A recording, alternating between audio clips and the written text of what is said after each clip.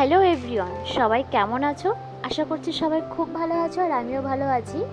আর বেশ কিছুদিন ধরেই কিন্তু ভিডিও দিতে পারছিলাম না, কারণ বুঝতেই পারছো আমার ছোট মেয়ে, খুবই ছোট মেয়ে, 7 মাসের।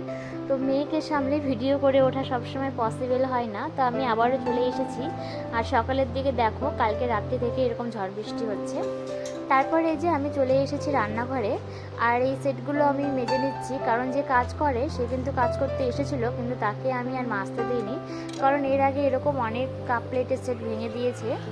আর বুঝতেই পারছো, এত সুন্দর সুন্দর সেটগুলো যদি ভেঙে যায় তাহলে কিন্তু খুব কষ্ট লাগে। আর তারা কিন্তু তাড়াহুড়ো করে কাজ করে দিয়ে যেতে পারলেই তাদের বেঁচে যায় আর কি। এত ধীরে সুস্থে সময় নিয়ে সুন্দর করে কাজ করার সময় তাদের নেই।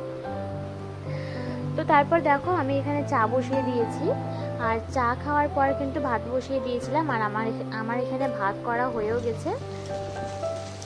আর আমি এখন এখানে করে নেব মাছের ঝোল। আর আমার কিন্তু এরকম পেঁয়াজ রসুন দিয়ে, এরকম আলু দিয়ে মাছের ঝোলটা কিন্তু খুব ভালো লাগে। আর এখানে আমি এখন মশলা দিয়ে মশলাটাকে কষিয়ে নিচ্ছি। দেখো, আমার এখানে ঝোলটা ফুটে এসেছে, আর আমার কিন্তু ঝোলটা করা কমপ্লিট হয়ে গেছে। আর তারপর রান্নাবাড়ি কমপ্লিট করে খাওয়া দাওয়া করে আমি কিন্তু এখানে এখন কাজে লেগে পড়েছি জোর কদমে, বাড়িঘর পরিষ্কার করতে। কারণ কি বলো তো, মেয়ের অন্নপ্রাশন সামনেই চলে এসেছে। মেয়ের কিন্তু 16 তারিখে অন্নপ্রাশন।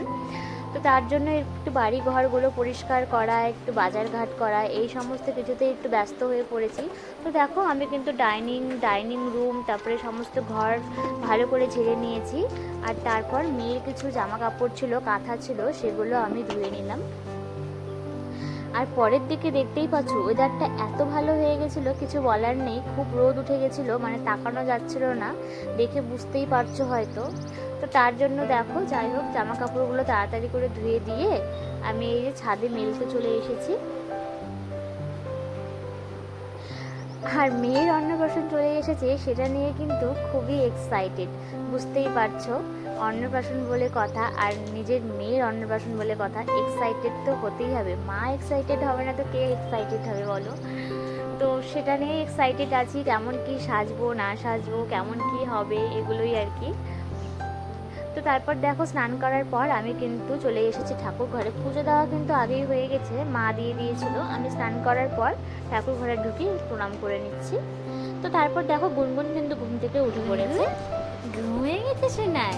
ও বাবা, সোনাই, তুমি কি আর কদিন পর ভাত খাবা? আর কদিন পর তুমি ভাত খাবে সোনা? হ্যাঁ, আর কদিন পর ভাত খাবে গুনগুন, তাই না? কি মজা, কি মজা, গুনগুন ভাত খাবে। ও বাবা, শোনাই তো। হ্যাঁ, হয়ে গেছে। দিদি চলে আসছে। হ্যাঁ, দিদি চলে আসছে খেলতে।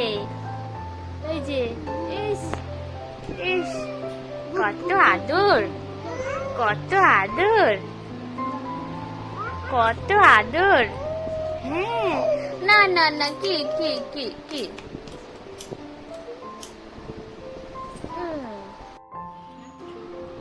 তো এই যে গুনগুনের কিন্তু অন্নপ্রাশনের কার্ড চলে এসেছে, দেখতেই পাচ্ছে অন্নপ্রাশনের কার্ড রেডি।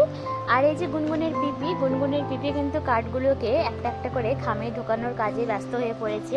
কোন কোন রিলেটিভদের কার্ড দেওয়া হবে সেই সমস্ত নাম লিখতে শুরু করে দিয়েছে। তো যাই হোক, এইদিকে এটা হতে থাকুক। আর এইদিকে দেখো, এখন কিন্তু বাজে 4টা, আর আমি এখন ছাদে চলে এসেছি কাপড়গুলো তুলতে। প্রচণ্ড রোদ, তাকানো যাচ্ছিল না, আসা যাচ্ছিল না।